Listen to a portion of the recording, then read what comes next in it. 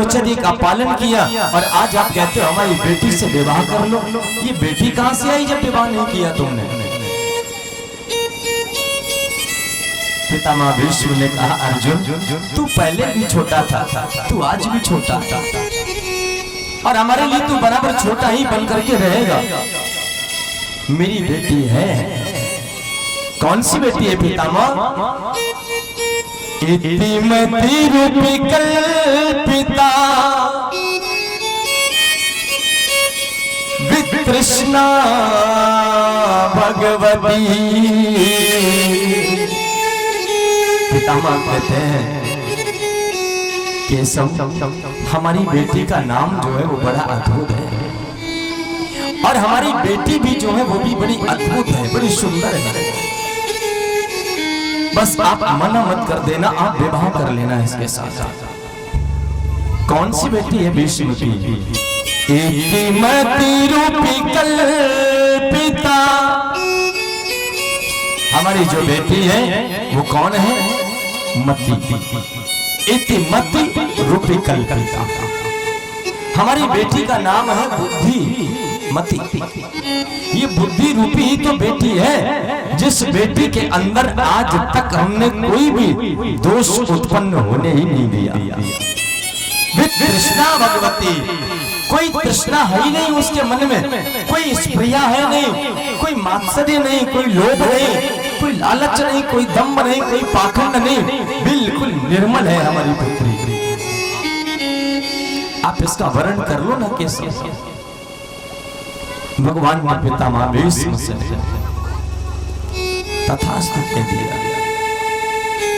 पितामह आपकी इस बुद्धि रूपी बेटी का हम वर्णन करते हैं क्योंकि आपकी बेटी इतनी निर्मल है, इतनी सुंदर है, इसका वर्णन केवल परमात्मा के साथ ही हो सकता है। भगवान ने तथास्तु कह करके पितामह की बुद्धि रूपी बेटी के साथ वर्णन कर लिया और पितामह के सर पर हाथ रख करके आज पितामह भीष्म को अपना गोलोक धाम दे दिया, यानी पितामह का महाप्रयाण हो गया। प्यार से बोलो जय श्री कृष्ण। ये है प्रभाव जीवन का, यानी ईश्वर भी आपके शुभागमन की प्रतीक्षा जब करने लगा है, ऐसा समर्पण हो, ऐसा समर्पण जब हमारे अंदर आ जाए, हम केवल ईश्वर के हैं, ईश्वर के लिए हैं, तब समझ लेना कि ईश्वर हमारी राह देख रहा होगा। पूज्य मामा जी ने बड़ा सुंदर सा एक उपदेश दिया। बक्सर वाले मामा श्रीमन नारायण दास श्री माली जी मामा बड़े भाव प्रस्तुत किए अपने। सच बता दे बिहारी से, सच बता दे बिहारी से, प्यार कितना सच बता दे बिहारी से, प्यार कितना सच बता दे बिहारी से, प्यार कितना सच बता दे बिहारी से, प्यार कितना सच बता दे बिहारी से, प्यार कितना सच बता दे बिहारी से, प्यार कितना कितना दे समाया उधार कितना दे समाया उधार कितना सच बता दे बिहारी से, प्यार कितना सच बता दे बिहारी से, प्यार कितना सच बता दे बिहारी से।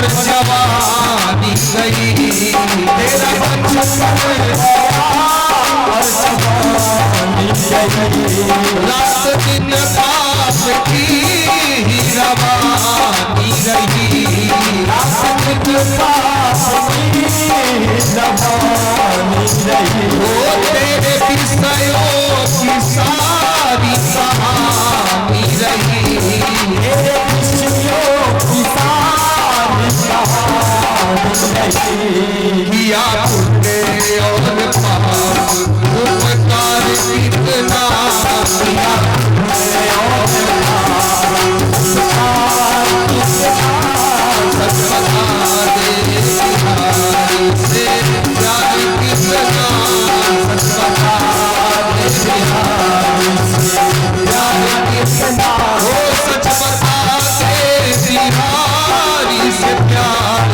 कितना, सच बता दे बिहारी से प्यार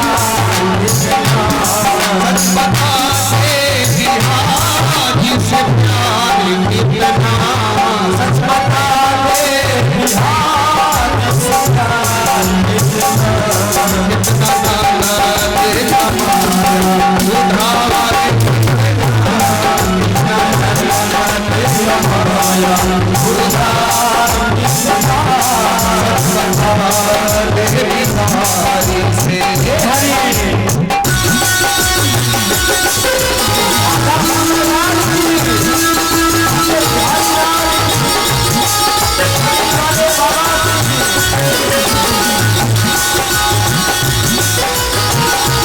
कितना, सच बता दे बिहारी से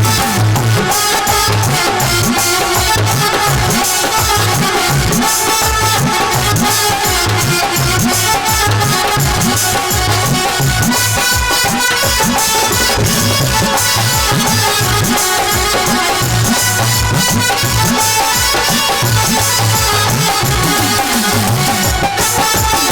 तेरा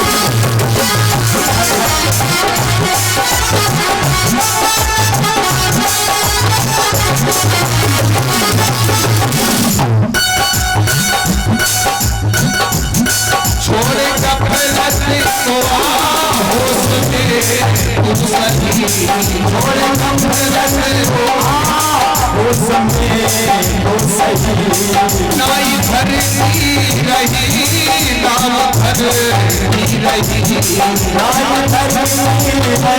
रही नाम धरती रही, तेरे धरती किनारे से आते लगी, तेरे धरती किनारे से आते लगी, यहाँ आके भवन में नफस ना लगी, यहाँ आके भवन में नफस ना लगी, या अपने गुण पर उधार कितना, या अपने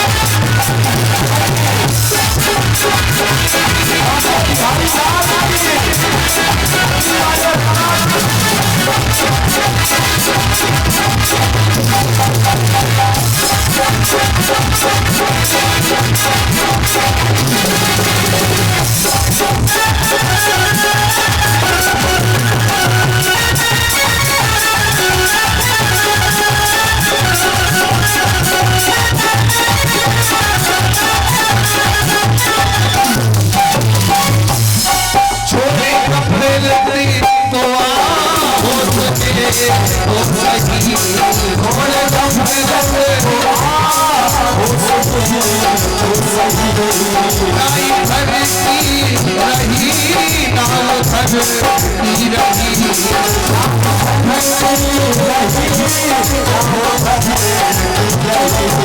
तेरी साथी किनारे से आके लगी तेरी साथी किनारे से आके लगी यहाँ आके खबर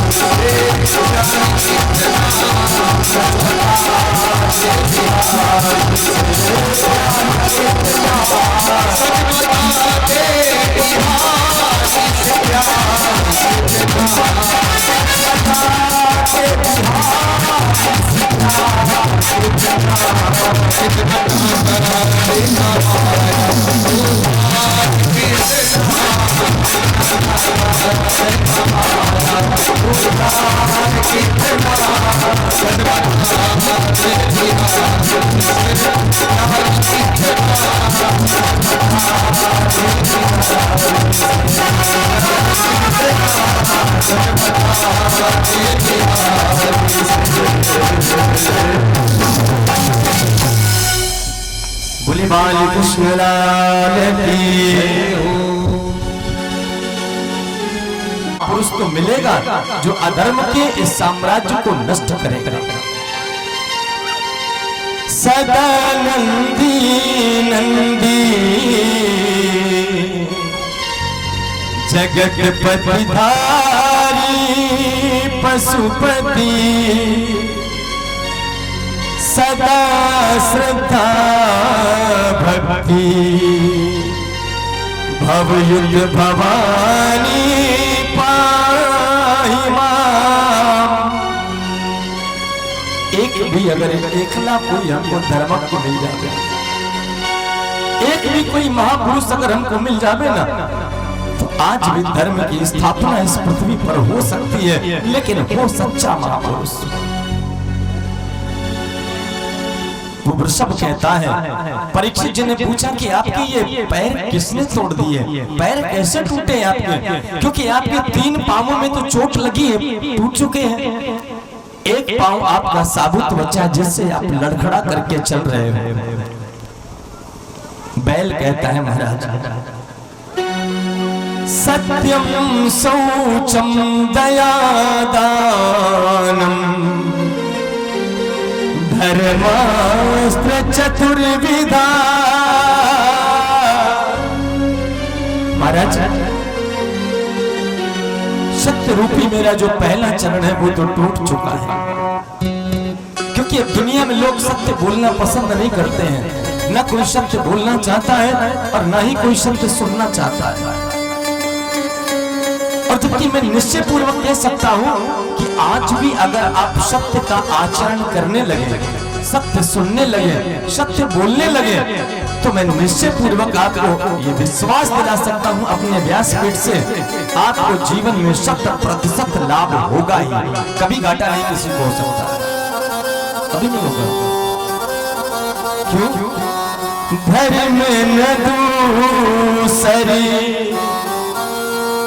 सत्य समाना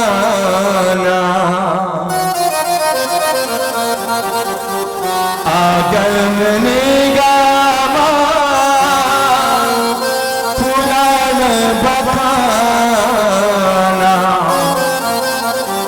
सत्य से बढ़कर के कोई धर्म नहीं है ना, इसलिए जीवन में आपको 100% लाभ होगा ही। केवल आप सत्य के रास्ते पर चलने लग जाए बस। महाराज सूत जी कहते हैं, ऋषियों उस बैल का पहला चरण जो सत्य का है वो तोड़ा जा चुका था दुनिया के लोगों के द्वारा। बैल का जो दूसरा चरण है पवित्रता, वो भी टूट चुका है। पवित्रता मन स्नान से नहीं है परीक्षित जी, पवित्रता का अभिप्राय स्नान से नहीं है। कोई अगर आपसे कह देवे कि स्नान करने से आपको भगवान मिल जाएंगे, तो हमारे आपके जैसे लोग नदी में ही बैठ जाएंगे, भगवान मिलेंगे। कोई कह देवे कि 2 बार स्नान करने वाले को भगवान का दर्शन होता है, तो हम 4 बार स्नान कर सकते हैं। कोई कह देवे कि 4 बार स्नान करने से ईश्वर मिल जाएगा, तो परीक्षित जी आप तो 10 बार स्नान कर सकते हैं ना दिन भर में, भगवान मिलेंगे। अरे अगर 4 बार 10 बार स्नान करने से ही परमात्मा मिलता किसी को मेरे भाई बहन, तो हमसे ज्यादा बड़भागी, हमसे ज्यादा अच्छे वो मछली और कछुआ है जो 24 घंटे जल के अंदर ही रहते। प्यार से बोलो जय श्री कृष्ण। पवित्रता का मतलब है विचारों से। सत्यम शौचम दयादानम, धर्म का पहला चरण है सज्जनों सत्य। धर्म का दूसरा चरण है शौचम यानी दया, यानी पवित्रता विचारों की। दया ये तीसरा चरण है धर्म का, और चौथा चरण है दान। 3 चरण तो धर्म के तोड़े जा चुके हैं। कलयुग में केवल दान रूपी एक चरण ऐसा है जिस पैर के द्वारा वो नंदी जो है वो लड़खड़ा रहा है, लेकिन चल रहा है। उस पुरुष से पूछा कि आप कौन है, आपका परिचय क्या है? आप हमारी गाय माता को और हमारे नंदी को, इस वृषभ को क्यों प्रताड़ित कर रहे हो? शायद तुम सोचते होगे कि अब इस पृथ्वी पर अर्जुन नहीं है। तुम सोचते होगे कि इस पृथ्वी पर भीमसेन हमारे दादा नहीं बचे। तुम ये सोचते होगे कि अब महाराज युधिष्ठिर का साम्राज्य नहीं है। लेकिन याद रखो, मैं पांडुनंदन परीक्षित ही हूं। हमारे होते हुए हमारी गाय माता को कोई सतावे, कोई हमारे वृषभ को, हमारे बैलों को कोई सतावे, ये हमसे देखा नहीं जाएगा। अपना परिचय दो, तुम कौन हो? वो पुरुष कहता है महाराज हमारा नाम कलयुग है, अब हमारा साम्राज्य जाने वाला है। क्योंकि आज से पहले हमारे 3 भाइयों के अलग अलग समय थे। हम 4 भाई हैं ना, 4 भाई हैं, अलग अलग समय थे। हमसे बड़ा वाला जो हमारा भाई है ना, उसकी आयु थी 8,64,000 वर्ष की। परीक्षित जी कलयुग की आयु कितनी है? 4,32,000 वर्ष। कलयुग की जो सीमा है, जो आयु है, इसकी जो अवधि है, कितने दिन तक कलयुग चलेगा? 4,32,000 वर्ष तक कलयुग की उम्र है। इससे बड़ा इसका जो भाई है द्वापर युग, उसकी आयु है 8,64,000 वर्ष। त्रेता युग की आयु है 12,96,000 वर्ष, और सतयुग की आयु है 17,98,000 वर्ष। अभी बहुत से लोग कहते हैं कि ये सब कथा में जो बताया जाता है ये सब झूठ झूठ में है, ये सब ऐसे ही है। हमारे गुरुदेव भगवान कहते थे अपनी व्यासपीठ से जो भी बोलना वो प्रमाणित होना चाहिए,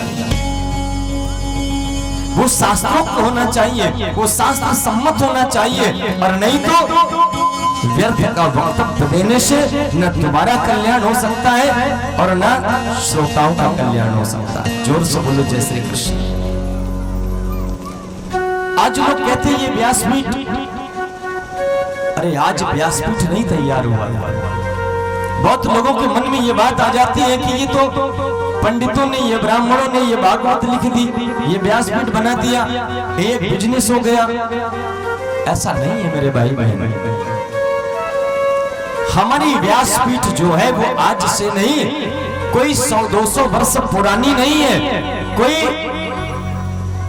2-4-500 वर्ष पुरानी भी नहीं है। हमारी व्यासपीठ श्रीमन नारायण के उस समय से चलती चली आ रही है, यानी 1,41,37,215 वर्ष पुरानी ये व्यासपीठ है। श्रीमद् भागवत कथा है। जोर से बोलो जय श्री कृष्ण। यानी सृष्टि का जब उपक्रम हुआ था, जब ये दुनिया भगवान ब्रह्मा ने बनाई थी, तब इस दुनिया को जीने का एक सिद्धांत, एक संविधान बनाया था, जिसको वेद कहते हैं। आज भारत में रहते हैं, भारतीय संविधान की विभिन्न धाराओं का हमें पालन करना पड़ता है। कोई संकट आ जाए तो उन्हीं धाराओं के प्रयोग से हम बच भी जाते हैं, मुक्त हो जाते हैं। विचार करो, जब लोकतंत्र का गठन हुआ, जब डेमोक्रेसी आई इंडिया के अंदर, तब संविधान के निर्माताओं ने संविधान का निर्माण किया। लेकिन विचार करके देखिए, जब संपूर्ण मानव जाति को उत्पन्न किया गया होगा भगवान ब्रह्मा के द्वारा, तो क्या उन्होंने अपना संविधान नहीं बनाया होगा? बनाया। वो वेद रूपी संविधान था, भागवत रूपी जिसकी मुख्य धारा है। जो इस धारा का परिपालन करेगा, उसका जीवन वैसे सुखी हो जाएगा। कलयुग ने कहा, महाराज अभी तो हमारा समय आया ही है, हम जाने वाले नहीं हैं। परीक्षित जी ने कहा, नहीं, तुम्हें जाना ही चाहिए। कलयुग को बहुत फटकार लगाई, तो कलयुग ने कहा, महाराज कहीं ना कहीं तो हमें रहना ही चाहिए और रहना ही पड़ेगा। 4 वरदान दे दिए। द्योतम पानम स्त्रियासूनम, पहला वरदान द्योतम। दूसरा, पानम स्त्रियासूनम। द्यूत माने जहां पर जुआ खेला जाता हो, जहां पर ताश पत्तों का खेल खेला जाता हो, और जो लोग खेलते हो, आप उनके घरों में जाकर के रहो। ये कलयुग को पहला वरदान महाराज परीक्षित ने दिया। पहला स्थान वहां है, जो लोग ताश के पत्तों का खेल खेलते हो, आप उनके घरों में जाकर के रहना। और मैं समझता हूं कलयुग जिनके घरों में जाएगा, धन चाहे जितना हो जाए, उसके घर में शांति कभी नहीं आ सकती, क्योंकि कलयुग माने क्लेश से युक्त जीवन, वो कलयुग। दूसरा वरदान दिया, पानम, यानी जो लोग मदिरा का पान करते हो, जहां पर मदिरालय खुला हुआ हो, जो लोग शराब का सेवन करते हो, कलयुग आप उनके घरों में जाकर के रहना। तुम्हारा दूसरा स्थान वहां पर मैं नियुक्त करता हूं। स्त्रियासूनम, और जहां पर वैश्यावृत्ति का कार्य किया जाता हो, कलयुग का वास वहां भी है, कलयुग वहां पर जाकर के रहेगा। सूनम, और जहां पर हत्याएं होती हैं, जहां पर हिंसा होती हो, आप जाकर के वहां रहना। इसलिए महाराज परीक्षित ने 4 उसको वरदान दे दिए, 4 स्थान दे दिए। आप कलयुग इन 4 स्थानों पर जाकर के रहना। लेकिन पुनश्चयाचमानाय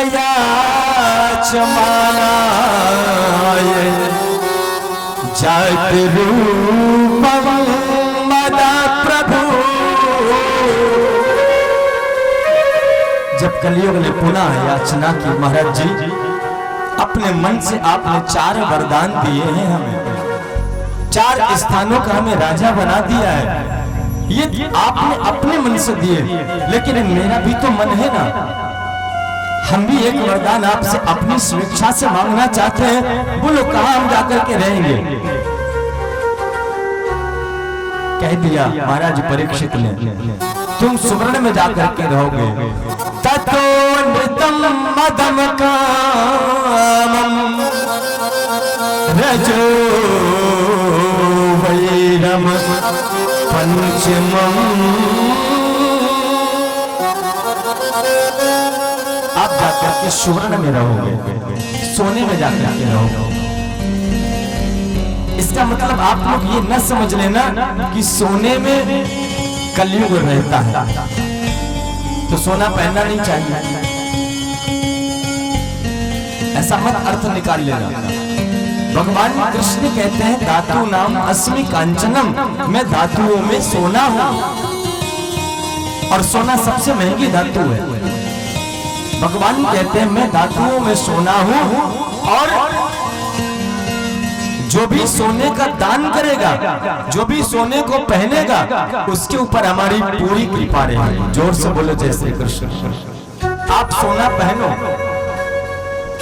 प्रत्येक गृहस्थ व्यक्ति को सुवर्ण पहनना चाहिए, अपनी सामर्थ्य के अनुसार पहनो। जरूरी नहीं कि हम 10 तोले सोना पहने, आप 1 तोला पहन सकते हो, 1 तोला पहनो, आप आधा पहन सकते हो, उससे भी कम पहन सकते हो। जितना सामर्थ्य है आपके पास मेरे भाई बहन, आप उतना सोना पहनो, लेकिन जरूर पहनो। सोना पहनने वाले के ऊपर गोविंद की कृपा बराबर रहती है और सोना दान करने वाले के ऊपर कभी भी उसके घर में विपन्नता आ ही नहीं सकती है। ये गोविंद का आशीर्वाद, यानी आप भगवान के स्वरूप को दान कर रहे हैं। धातु नाम अस्मि कांचनम। नहीं आप ऐसा सोचने लगो कि पंडित जी सोने की अंगूठी पहनते हैं और हमसे कहते हैं सोने में कलयुग रहता है। उस सोने में कलयुग का वास है जो अधर्म के द्वारा हम कमाते हैं। हम किसी का शोषण करें, हम किसी को रुलाएं, हम किसी को सताएं, हम किसी की जीभ काट लें, जेब कतरा बन जाए और उसके बाद में हम धन छीन करके सोने के आभूषण गढ़वाएं, उनमें कलयुग रहेगा। लेकिन अपनी मेहनत की कमाई के द्वारा अगर हम सुवर्ण के आभूषण बनवाते हैं और धारण करते हैं तो भगवत कृपा हमारे ऊपर सदैव रहेगी। ये है इसका अभिप्राय। अब जोर से बोलो जय श्री कृष्ण। कलियुग को महाराज परीक्षित ने 5 राज्य दे दिए, 5 स्थान दे दिए। महाराज परीक्षित अपने घर के लिए वापस चले गए, अपने राज्य के लिए। एक दिन परीक्षित जी के मन में एक विचार आया आखेट करने का, और महात्मा परीक्षित आखेट करने के लिए जब जंगल गए तो जंगल में जाने से पहले परीक्षित ने अपने घर में रखा हुआ एक पेटारी, एक मंजूसा है, जिस मंजूसा को खोला और खोलने के बाद में देखते क्या कि उसमें एक सुवर्ण का मुकुट है और वो सोने का मुकुट ऐसा है जो दिव्य चमचमा रहा है, दिव्य मणियां लगी हुई है। हीरा जवाहरात पन्ना पथराज माणिक्य वैदूर्य नीलम हकीक, जितने रत्न हैं वो सब उस मुकुट में है। मुकुट को पहनना चाहा लेकिन मंत्री ने मना किया, महाराज जी आप इसको मत धारण करिए, क्योंकि आपके द्वारा ये जो मुकुट धारण किया जाएगा तो बहुत बड़ा अनर्थ हो जाएगा। आपके बाबा भीम ने भी कभी ये मुकुट धारण नहीं किया, आपके बाबा अर्जुन ने ये मुकुट कभी धारण नहीं किया। मैं तो कहता हूं आप भी मत धारण करो।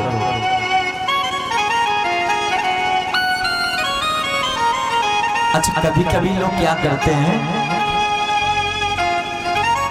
दिखावे के लिए ही बहुत सारा सोना पहन लेते हैं। लोग हमको देखेंगे, परीक्षित जी, लोग हमको देखेंगे, फिर लोग हमको पूछेंगे और फिर हमारा वर्चस्व हो। हमारे कानपुर की एक माँ ने पता क्या किया, उस माँ ने बढ़िया 2.5 तोले का एक कंगन बनवाया, कड़ा, वो यहाँ पहनने वाले ऐसे, और कड़ा पहन करके अब इतना महंगा कड़ा वो कि वो महंगा कड़ा पहन करके वो माता रोज इसके घर कभी उनके घर कभी आपके घर रोज जाए, कोई पूछे नहीं कि ये कब बनवाया। माँ को बड़ा बुरा लगा कि कोई पूछ नहीं रहा हमसे, इतना महंगा आपने ये कड़ा बनवाया है सोने का। एक दिन सोचती रही क्या करें क्या करें। सोचा था कि बुलौआ में जाएंगे तो लोग पूछेंगे, बर्थडे में जाएंगे तो लोग पूछेंगे दादी कितने का बनवाया है, दादी बड़ा सुंदर सा है ये, दादी महंगा होगा, कोई नहीं पूछता हमसे। बैठी रही और मन में विचार आया कि घर में आग लगाते हैं। माने गुस्से, हाँ इतनी झुलझुला गई कि अपने घर में हम आग लगाते हैं। और माता ने उठाई माचिस उठा करके बाहर के छप्पर में लगा दिया। छप्पर तो समझ गए, छप्पर में आग लगा दी। और जो ही आग लगाई तो मोहल्ले के लोग दौड़े, अरे दौड़ो भैया जल्दी, देखो बूढ़ी दादी के वहां छप्पर में आग लगी। अब लोग भर भर बाल्टी पानी, और माता ये कहे कि आग मत बुझाओ। क्यों? अरे आग बुझानी थी तो पहले लगवाई क्यों? लोगों ने कहा हमने कहां लगवाई, हम तो बुझाने आए हैं।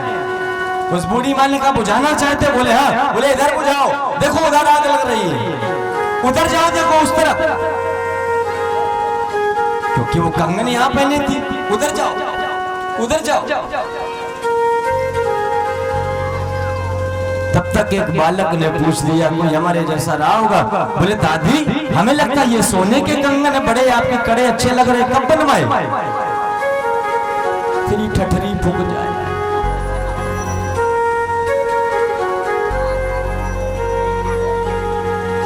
पूरे छप्पर में आग लग गई, हमारा घर बर्बाद हो गया। इसको अब पूछने की पड़ी ये कंगन कब बनवाए? अरे पहले पूछ लेते तो हम काहे को छप्पर में आग लगाते?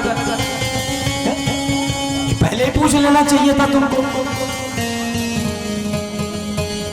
भाव होता है ना, हम कुछ नया करें तो कोई हमसे पूछे। परीक्षित जी महाराज, मैंने बैठते कथा में कहा था निर्मत सराणाम शताम। इस दुनिया में एक भी ऐसा हमको आप दिखा दो जिसके अंदर मात्सर्य नहीं है। सबके अंदर मात्सर्य है। हमने कुछ किया, इसका क्रेडिट चाहिए हमें।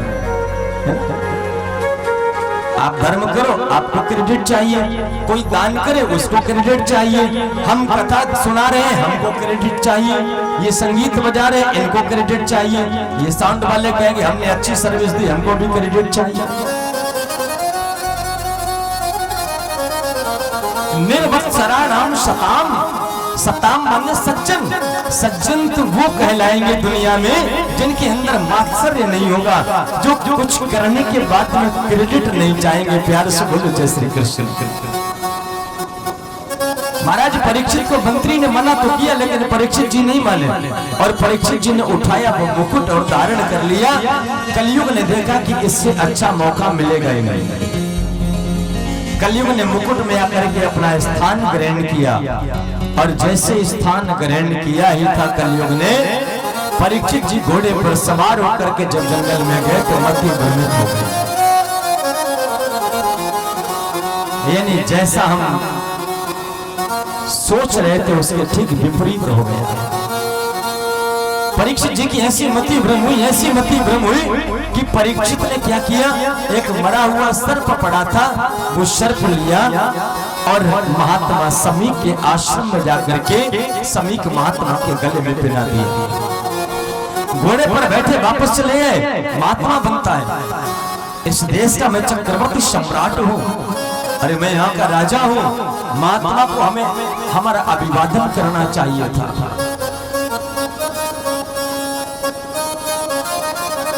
घर वापस आ गए। महात्मा समीक के पुत्र श्रृंगी ने जब ये समाचार सुना तो श्रृंगी ने अपने हाथ के अंजल में जल लिया और श्राप दे दिया। इति लंघित मर्यादा तक्षकाते सप्तमे हरणी। इति लंघित मर्यादा तक्षकाते सप्तमे हरणी। श्राप दे दिया। जिसने भी इस मर्यादा का उल्लंघन किया, जिसने भी हमारे पिताश्री के गले में मरा हुआ सर्प डाला है, कोई राजा हो या फकीर हो, कोई विद्वान हो, अज्ञानी हो, कोई भी हो, जिसने भी ये जघन्य अपराध किया है, हमारे पिताश्री के गले में मरा हुआ सर्प डाल लेगा। आज से 7वें दिन तक्षक नाम का सर्प उसे डस लेगा और उसकी मृत्यु हो जाएगी। जोर से बोलो जय श्री कृष्ण। और अपने पिता के चरणों में लिपट करके समीप श्रृंगी महात्मा रोने लगे। समीप की जब समाधि टूटी, समीप ने पूछ दिया तुम रो क्यों रहे हो? श्रृंगी ने कहा एक राजा आया था, उस राजा ने आपका अपमान कर दिया, मरा हुआ सर्प आपके गले में डाल दिया, जिसके कारण हमने उस महात्मा को, उस राजा को श्राप दे दिया। समीक महात्मा ने जब ध्यान की स्थिति में जाकर के दर्शन किया कि कौन राजा था ये, मानस पटल पर ज्ञात हो गया कि ये साधारण राजा नहीं, ये तो परीक्षित महाराजा है। अपने पुत्र श्रृंगी को फटकार लगाते हुए समीक ऋषि कहते हैं सुनो, तुमने कितना बड़ा अपराध कर दिया।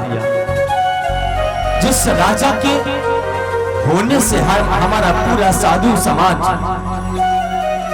निर्भय होता है, जिस राजा के रहने से पूरी समाज को अन्न का भंडार जिस राजा ने खुलवा दिए, वो सारी व्यवस्थाएं देती हूँ। हम ऋषिगण आनंद से भजन करते, तपस्या करते, कोई समस्या ही नहीं उस राजा के रहते हुए हमें। ऐसे सज्जन राजा, ऐसे साधु पुरुष वाले राजा को तुमने श्राप दे दिया। तुमने ये अच्छा काम नहीं किया, तुमने बहुत बड़ा अपराध कर दिया है। महात्मा श्रृंगी को उनके पिता समीप ऋषि ने हाथ की अंजलि में जल लेकर के श्राप दे दिया। आज के बाद तुम कभी श्राप देने के काबिल नहीं रहोगे। आज के बाद तुम कभी श्राप नहीं दे सकते, क्योंकि तुमने इतना बड़ा अपराध जो कर दिया। एक महापुरुष को, एक चक्रवर्ती सम्राट को तुमने श्राप दे दिया, बल्कि समस्त ब्राह्मण जाति को हम ये श्राप देते हैं कि अगर वो श्राप देंगे किसी को तो उनकी शक्ति खुद ब खुद छीन हो जाएगी। हमारे गुरुदेव कहते थे ब्राह्मण को, एक आचार्य को, एक साधु को अपने शब्दों को बहुत तोल करके बोलना चाहिए। ऐसा ना हो कि हम जल्दबाजी में कुछ ऐसे शब्द बोल दें जिससे सामने वाले के हृदय को ठेस पहुंच जाए। महापुरुष कहते हैं ना, ऐसी वाणी बोलिए मन का पाप औरन को शीतल करे, आप शीतल हो। ऐसी वाणी का हम प्रयोग करें जिससे सामने वाले का जो मन है वो प्रसन्न हो जाए, उसका हृदय गदगद हो जाए और वो आनंदित होकर के हमारी बात को समझे, सुने। मन का आप और जब दूसरे को प्रसन्नता होगी तो हमें अवश्य प्रसन्नता होगी। परीक्षित महाराज को श्राप जो मिला, श्रृंगी ऋषि को महात्मा समीक ने श्राप दे दिया और कहा जा करके, महाराज परीक्षित को अभी बताओ, अपने मुक्ति का कोई न कोई उपाय सोचो।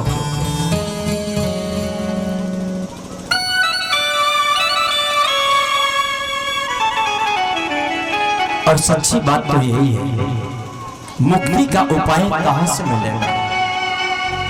किसी महापुरुष के सानिध्य में ही जाने से मिलेगा।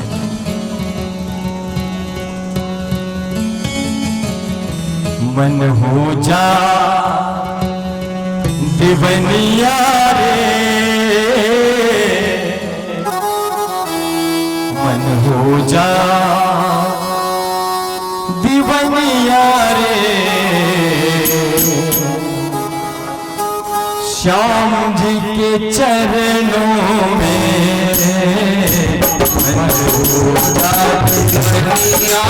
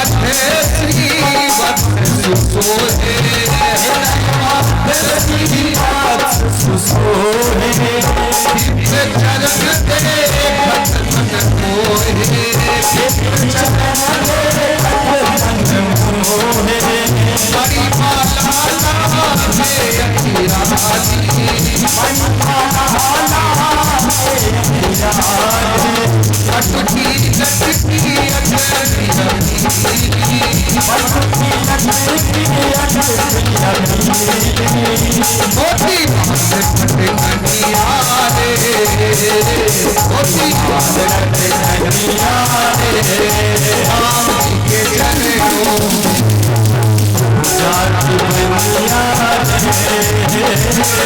राम जी के चरणों में, राम जी के चरणों में, राम जी के चरणों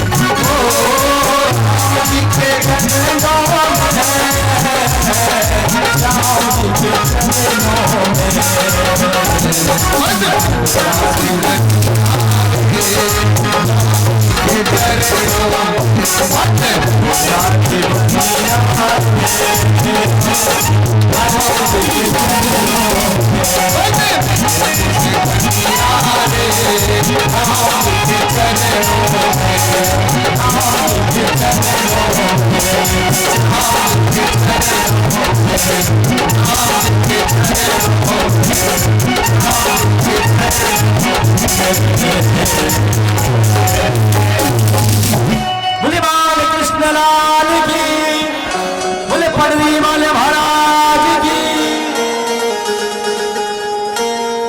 मन हो जा दीवनिया रे,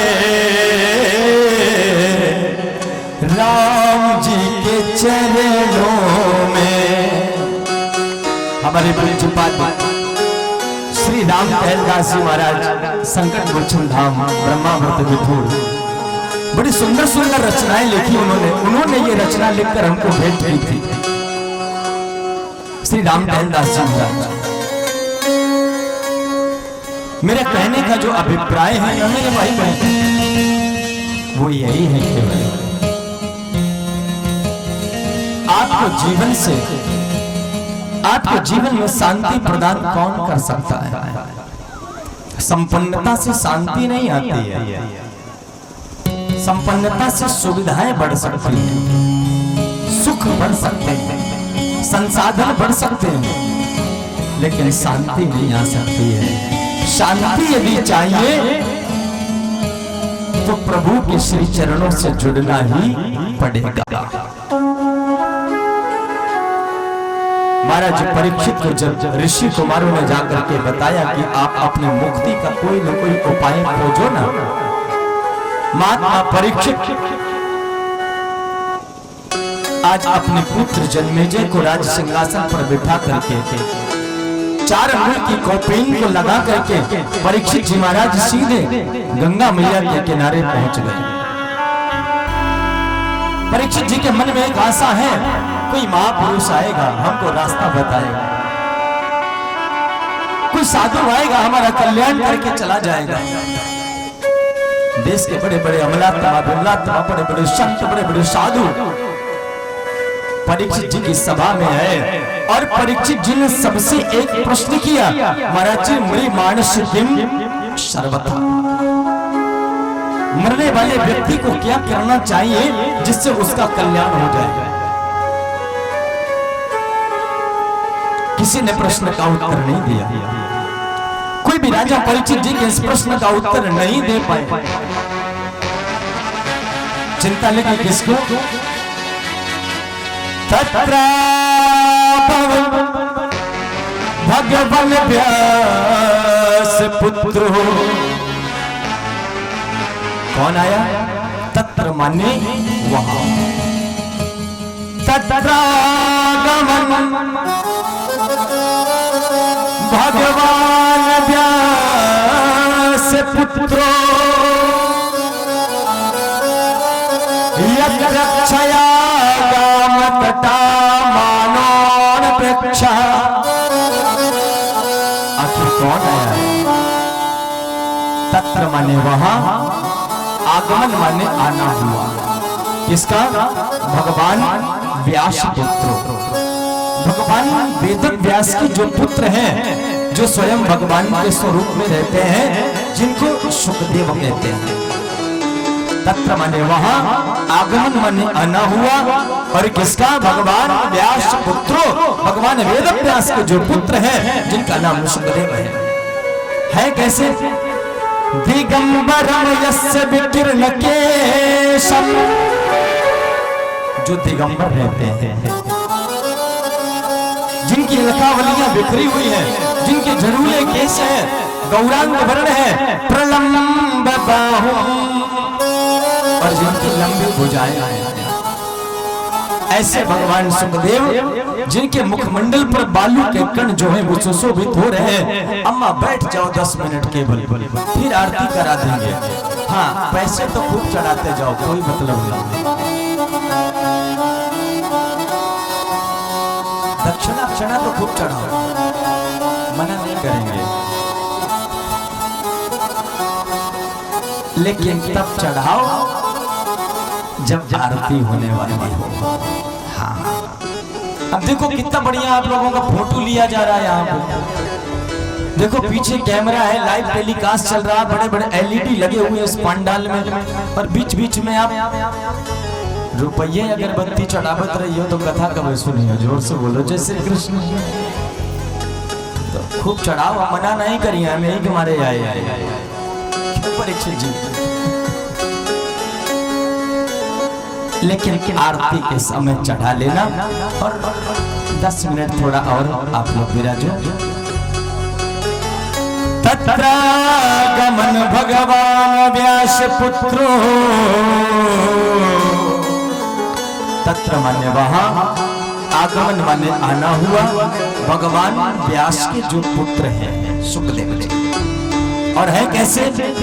दिगंबरम यस्य विकीर्ण केशम, महाराज श्री कहते जो दिगंबर अवस्था में रहते हैं, कोई पट पट कोई अंबर कुछ है नहीं, दिशाएं ही जिसके वस्त्र बन जाती हैं। जो विकीर्ण केशम, अलकावलियां बिखरी है जिनकी, जिनके झड़ूले केस है, यानी मुकेश हैं, जो मुकेश का तात्पर्य घुंघराले बालों वाला, जिसके बाल घुंघराले हैं, जिसकी अलकावलियां बिखरी हैं, जो गौरांग वर्ण का है, बालू के कण जिसके मुखमंडल पर ऐसे सुशोभित हो रहे हैं जैसे पूर्णमासी में चंद्रमा के साथ लाखों नक्षत्रगण आकाश मंडल में अपने प्रकाश को लेकर प्रकाशित हो रहे हैं। और प्रलंब बाहु, जिसकी लंबी भुजाएं हैं, प्रलंब लंबी भुजाएं, ऐसे गौरांग वर्ण के भगवान शुक्राचार्य का जब पदार्पण हुआ, शुक्राचार्य महाराज सीधे आते ही आते व्यासपीठ पर विराजित हो गए, और जैसे ही विराजित हुए महाराज परीक्षित को हृदय से ये आभास हो गया, हमारे प्रश्न का उत्तर इनके पास है। क्योंकि लाखों महात्माओं से प्रश्न किया परीक्षित जी ने, गुरुजी मृमानस्य किम सर्वथा, जिस व्यक्ति को ये पता हो कि आज हमें आज से 7वें दिन हमें मरना पड़ेगा, वो क्या करे? किसी ने समीचीन उत्तर नहीं दे पाया। कोई बोला वहां मृत्युंजय का अनुष्ठान करा लो, कल्याण हो जाएगा। एक महापुरुष बोले महामृत्युंजय का अनुष्ठान कराओगे तो ठीक ठीक किया जाए तो 11 दिन में होता है। और परीक्षित जी के पास समय केवल 7 दिन का है, बोलो कैसे कल्याण होगा? किसी ने कहा ऐसा करो सत्संडी महायज्ञ करवा लीजिए, आपका कल्याण हो जाएगा परीक्षित जी। एक महापुरुष कहते हैं उसमें भी 9 दिन का समय लगता है, और परीक्षित जी के पास केवल 7 दिन का समय है। ऐसा कोई सिद्धांत, ऐसा कोई सूत्र, ऐसी कोई स्थिति, ऐसा कोई सूत्र हमें दे दो जिससे 7 दिन में परीक्षित का कल्याण हो जाए। किसी ने जब उत्तर नहीं दिया, भगवान सुखदेव ने बोलना प्रारंभ कर दिया, परीक्षित तुम बैठ जाओ। यत् फलं नास्ति तपसा न योगेन समाधिना, यत् फलं नास्ति तपसा न योगेन समाधिना, तत्फलं सम्यक् लभते कलौ केशव कीर्तना। भगवान सुखदेव कहते हैं परीक्षित जी को लक्ष्य करके, और सूत जी महाराज कहते हैं शौनकादि ऋषियों को लक्ष्य करके, भगवान गौरी शंकर कहते हैं माता पार्वती को लक्ष्य करके, जो फल आपको तपस्या करने के बाद प्राप्त होने वाला नहीं है, जो फल आपको समाधि लगाने के बाद में भी प्राप्त होने वाला नहीं है, जो फल आपको बहुत योग करने के बाद में भी प्राप्त होने वाला नहीं है, वो फल कैसे प्राप्त होगा? तत्फलम सम्यक लभते कलौ केशव कीर्तना। वो फल आपको भगवान श्री कृष्ण के कीर्तन करने मात्र से ही सहजता से प्राप्त होने वाला है। जोर से बोलो जय श्री कृष्ण। हो ये थोड़ा लाइटिया जला दो। क्यों भगवती कथा? अरे परीक्षित जी, जो वेद का, जो उपनिषद का सार है वही तो श्रीमद् भागवत कथा है। आप वेद को अलग सुने, आप उपनिषदों को अलग सुने, लेकिन आप श्रीमद् भागवत को बैठ करके जब ठीक ठीक सुन लेंगे पूरी श्रद्धा से, यानी भाव सहित सो यह कथा करे श्रवण पुटपान। जो भी बड़ी श्रद्धा से इस कथा को सुन लेगा, सुनने मात्र से वो फल उसे प्राप्त हो जाएगा, उसकी मनोकामनाएं पूरी हो जाएंगी, उसके मनोरथ पूरे हो जाएंगे। कैसे? भगवान गोविंद की कृपा से। जोर से बोलो जय श्री कृष्ण। थोड़ा जोर से बोलो ना जय श्री कृष्ण। अब लगा कि आप हमें ठीक ठीक सुन पा रहे हो। अच्छा, अब आप बताओ कि आरती कराई जाए या कथा को और बढ़ाया जाए? और बढ़ा जाए, आरती करा